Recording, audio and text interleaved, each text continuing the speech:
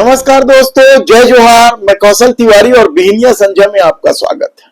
दमोह में फर्जी डॉक्टर की वजह से कितने ही लोगों की जान चली गई और उस डॉक्टर की वजह से पूरे देश में कितने लोगों की जान गई होगी, इसका अंदाजा लगाना मुश्किल है। क्योंकि अब छत्तीसगढ़ से भी यह खबर आई है कि पूर्व विधानसभा अध्यक्ष राजेंद्र प्रसाद शुक्ल का ऑपरेशन भी इसी डॉक्टर ने किया था और ऑपरेशन के 20 दिन बाद ही जैसे ही उन्हें आईसीयू से जनरल वार्ड में शिफ्ट किया गया, उनकी मृत्यु हो गई थी। लेकिन अब जो सत्ता के संरक्षण या सत्ता के तालमेल की जो कहानी सामने आ रही है, वह बेहद ही चौंकाने वाली कहानी है। यह फर्जी doctor Narendra Vikramaditya Yadav M John Camp के नाम से भी जाना जाता।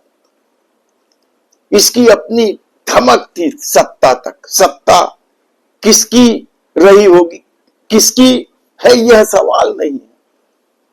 क्योंकि जो तस्वीरें आ रही हैं वह उत्तर प्रदेश के मुख्यमंत्री योगी आदित्यनाथ के साथ की उनकी तस्वीर है। और इन तस्वीर के साथ ही यह बात भी सामने आया कि इस डॉक्टर ने एक ट्वीट किया था जब फ्रांस में दंगे हो रहे थे।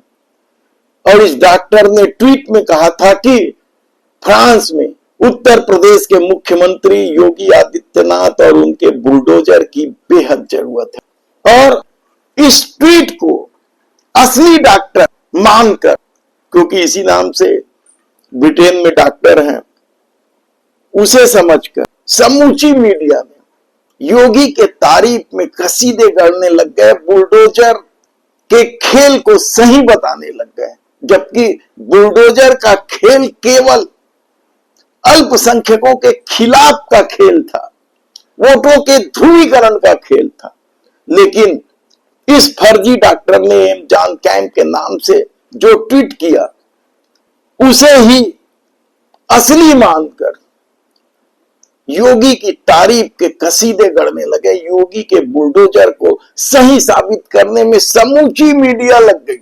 लेकिन असली डॉक्टर ने जब इसका पर्दाफाश कर दिया तो किसी मीडिया संस्थान ने नहीं बताया कि इस तरह की बात कही ही नहीं गई है। वह फर्जी आदमी कर रहा था इस तरह की बात, और उस फर्जी आदमी के फर्जी खबर से किस तरीके से योगी आदित्यनाथ और उसके बुलडोजर को लेकर कसीदे गढ़े गए, वह किसी से छिपा नहीं है। ऐसे में हम बता देते हैं कि वास्तव में ये नरेंद्र विक्रमादित्य यादव हैं क्या। तेलंगाना में 2 बार इसने अस्पताल का अधिग्रहण किया था। एलबी नगर के हिमबंधु अस्पताल है, और वहां के कर्मचारियों को वेतन ही नहीं दिया। जो मामला पुलिस तक पहुंचा और पुलिस इसे गिरफ्तार भी कर चुकी थी, लेकिन जांच नहीं की। क्यों जांच नहीं की? उसकी डिग्री की, किस तरह का दबाव था, ये एक अलग कहानी है। अब जो पर्दाफाश हो रहे हैं इस डॉक्टर की करतूत सामने आने के बाद, ब्रिटेन में brown world life care limited के नाम से इसने कंपनी बनाई थी और अपनी पत्नी को इस कंपनी का वाइस प्रेसिडेंट बनाया था। फिर 2019 में इस कंपनी का नाम बदलकर John camp health care limited कर दिया गया। 2023 में ब्रिटेन के कार्डियोलॉजिस्ट डॉक्टर रोहिन फ्रांसिस ने इसका पर्दाफाश किया कि किस तरीके से यह नरेंद्र विक्रमादित्य यादव उर्फ जॉन कैंप फर्जीवाड़ा कर रहा है। यही नहीं, इसने यूके की कई बंद हो चुकी कंपनियों ने उसे कार्डियोलॉजिस्ट और निदेशक के नाम पर दिखाया था। यानी लगातार फर्जीवाड़ा में लिप्त था। देश में बैठी सरकार को इस बात का पता ही नहीं चल रहा था। ये कई राज्यों में घूम घूम कर हृदय रोगियों के ऑपरेशन कर उन्हें मौत के मुंह में ढकेले जा रहा था। इस मामले के खुलासे के बाद जो नया मामला सामने आया, एसआईटी जांच हो रही है, पॉलीग्राफ टेस्ट की बात हो रही है और कहा जा रहा है कि पॉलीग्राफ टेस्ट के बाद जो मामले सामने आएंगे उससे अच्छे अच्छे लोगों की नींद उड़ जाएगी या जेल की सलाखों में रहेंगे। लेकिन अब मध्य प्रदेश के दमोह में हुई इस घटना के बाद सरकार ने जो जांच शुरू की है उसके मुताबिक प्रदेश में सैकड़ों की संख्या में इस तरह के अस्पताल है जो गैर अवैध तरीके से चल रहे हैं।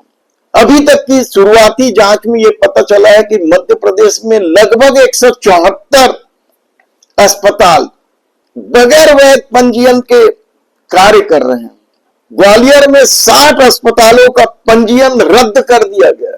भोपाल में भी 15 अस्पताल के पंजीयन रद्द किए जा रहे हैं और छत्तीसगढ़ में भी बड़ी संख्या में वैध पंजीयन के अभाव में कई अस्पताल संचालित हो रहे हैं। सत्ता के संरक्षण में चल रहे इस खेल से आम लोगों को किस तरीके से मौत के मुंह में ढकेला जा रहा है और कितने नरेंद्र विक्रमादित्य यादव घूम रहे हैं खुलेआम, यह आप खुद समझिए।